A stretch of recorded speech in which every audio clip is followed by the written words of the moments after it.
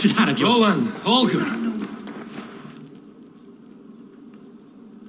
Eivor, thank Tyr. I heard shouting. Is something wrong? Holger robbed me, and I demand he be punished. Rot is a pointed word. Does the deer rub the stream when she takes a drink? Does a cow rub a field when he crops on sweet grass? Eivor, this matter requires sensitive judgment. Will you?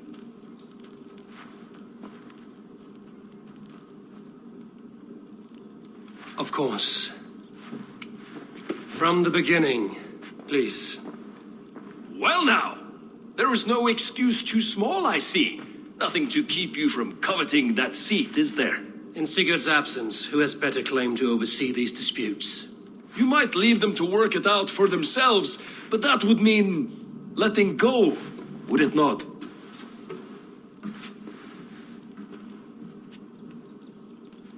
Please start again. Tell me all that has happened. I will start. I have been falsely accused by this Saxon Philistine. A filly what? Are you mocking me? Silence, please. I will hear both of your complaints and render a decision, awarding compensation if needed. Understood? Rowan, tell me your version of these events. As you are aware, Holger and I are neighbors. Near enough that I often catch him at my stables, stealing my tools. Borrowing. Holger, let him speak. Stealing, borrowing. My point being, I have always allowed him to use whatever he pleased.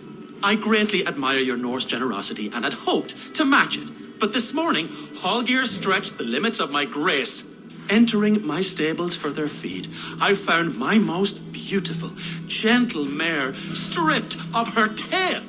Bereft, not a strand in sight. I am ashamed to say my natural suspicion drew me to Holger, and how right I was. For when I peered across the lane, there he was, gripping a horsetail brush slathered with indigo, dragging it across a sheet of Painting, Rowan. I was painting. You make it sound so crude. You see? Such willful arrogance. It will take ages for Ilgafur's tail to reach its former length. I demand compensation. I understand. Thank you, Rowan. Holger, let me hear your side. Eivor, you have known me as a skald for years. You have seen how my poems bring life and joy and wisdom to our people. And you know that my work requires a certain, let us say, freedom to make use of rare resources to compose my verses. Often when lacking the proper tools, I have made use of novel items. Alvis's walking stick, Tovi's inks, all were given gladly. You cut off my horse's tail to make a brush, you bleed. Rowan? As I was saying, this morning in the throes of poetic reverie, I realized that my latest piece required delicate brushwork. I could have used a frayed stick, some cloth, my hands, but no. I needed something gentler, softer. To make a perfect brush, I needed the fine hairs of a well-raised horse. And so I availed myself of a local resource.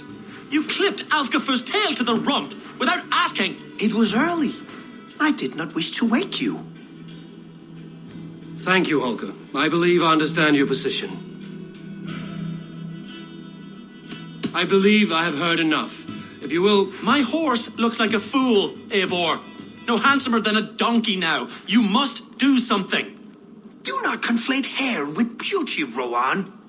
She remains radiant. Elgifur's hair will grow back in no time. Quiet, both of you. Now listen.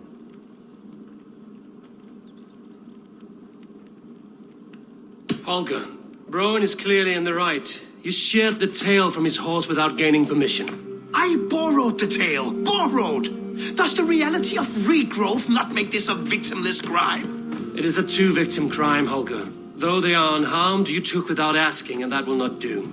As the horse's value has diminished significantly, you will pay Rowan its market price. But the horse was not for sale. Rowan, admit it.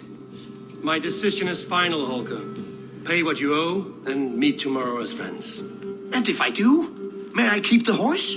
Pay the man and be done with it. Rowan, does this satisfy you? It does. Thank you, Eivor. Good. Then by Tyr's blessing, let this matter rest. We're done here. Return to your homes in peace.